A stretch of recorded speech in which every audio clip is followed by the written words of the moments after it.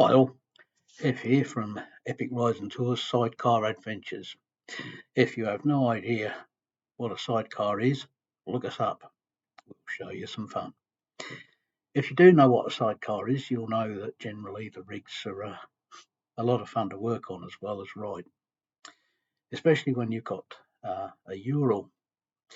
Now we have two Urals, a 2011 Tourist and a 2021 Gear Up, which is pretty much the first model, maybe the second model that was imported into Australia that had the two-wheel drive.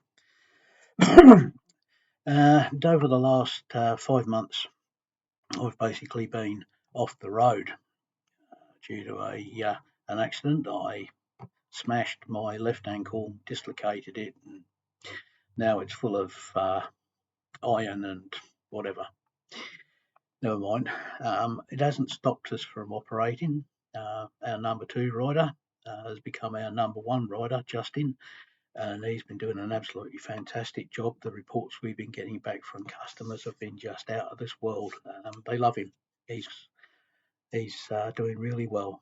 Not only is a great rider, but he has some massive knowledge of the local area, and he uses his noggin when finding places to take customers and give them a sight to see. Anyway, in the meanwhile, I've been doing some work on both the bikes, Swampy in particular. She came to us in a highly modified condition, and if demodified is a word, then I've demodified her a few times. I'm now in the process of remodifying, maybe. Anyway, this little video is just a quick one,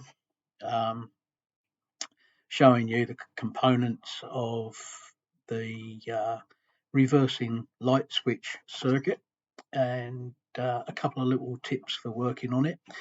Those of us who ride on the correct side of the road will find this a little easier than those who ride on the side of the road told them by Mr. Napoleon Bonaparte back in the 19th century, I think. About time you came caught up, you guys. Ride on the correct side of the road, please. Anyway, joking apart, let's have a look at quite a simple job, but if you've never done it before, it's worth having a look at. Righty-ho. Using something called Canva, which Bethy has actually paid for, we get this option of a little round circle with a talking head in it. I wish I could just talk over without this, but I can't find a way to not have the little circle with the talking head. Never mind. I shall build a bridge and get over it.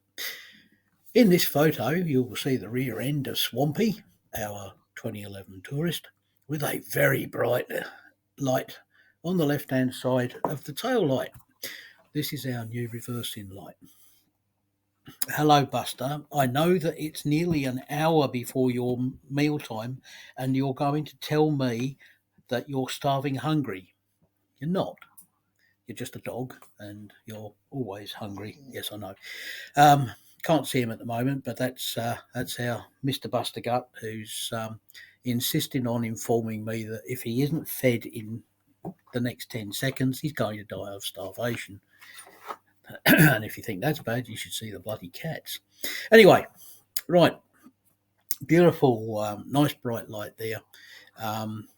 What we had before was a little LED, but it didn't chuck out a lot of light. And I really felt the need for a much stronger one. So if we're reversing at night, we can see a bit more than we could have with the other one. And of course, if we're reversing during the day, other people can see that we're reversing. Most car drivers have absolutely no idea that motorcycles can actually reverse. And quite a lot of motorcyclists don't know either. your bike goes forward. Anyway, yes, that's our U-Butte reversing light, and we've also had a little bit more to do, which I'll move on to now. Okie dokie. Do not work with animals, children, or wives. Right. After that very short introduction to what my life is like behind closed doors, we have, pardon me, a picture of a switch. Yep, we got two parts to the switch. One is a bolt, which is, you can see a little wire connecting to that bolt around the back of this bracket that's held in place with 4 flat blade headed screws.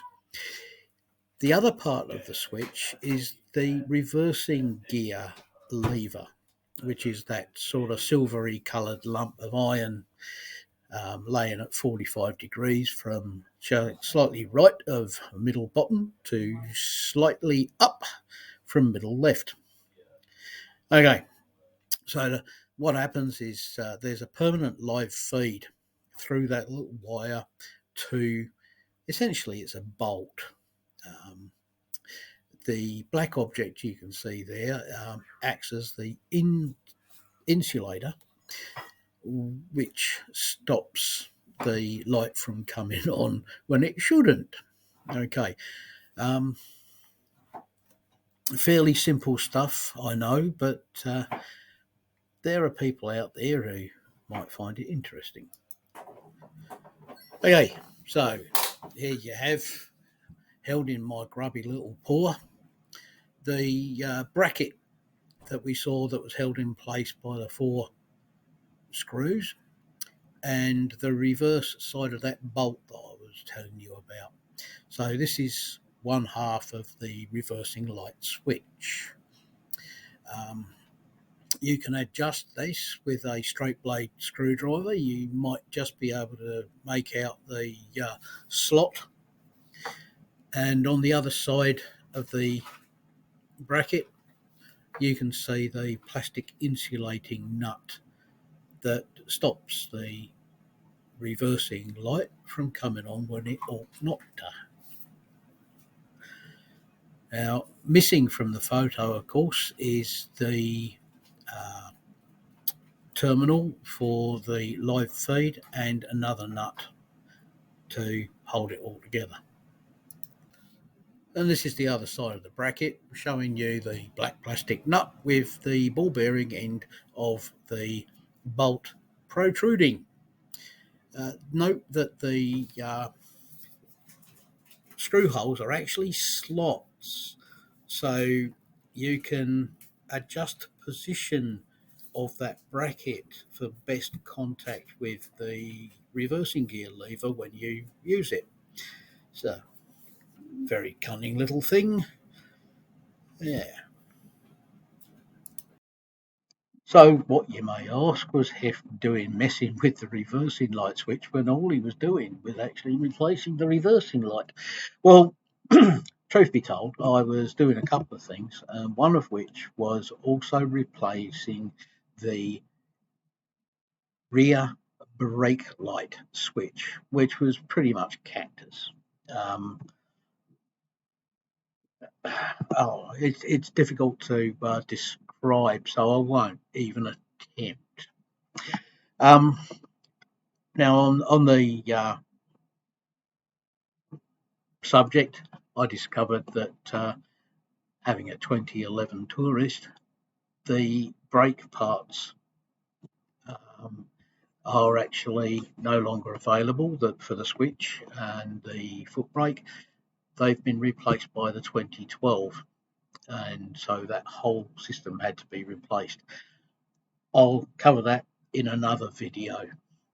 So it just happened that in order to fit all this, there's a spring which connects between the foot brake lever and the rear brake light switch, and it runs behind that bracket, which I've shown you in the video we've just seen.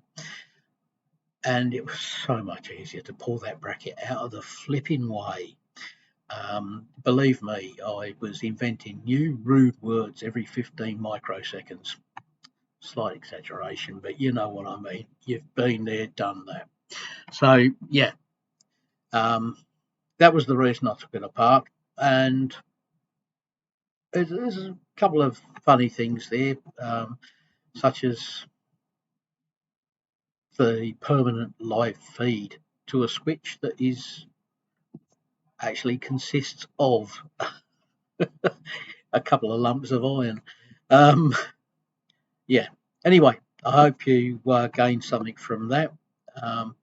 Please be advised that I am not a fully qualified mechanic, but one of the things about owning a Ural is that there are very few dealers around, and you might need to do quite a bit of work yourself to keep them properly maintained.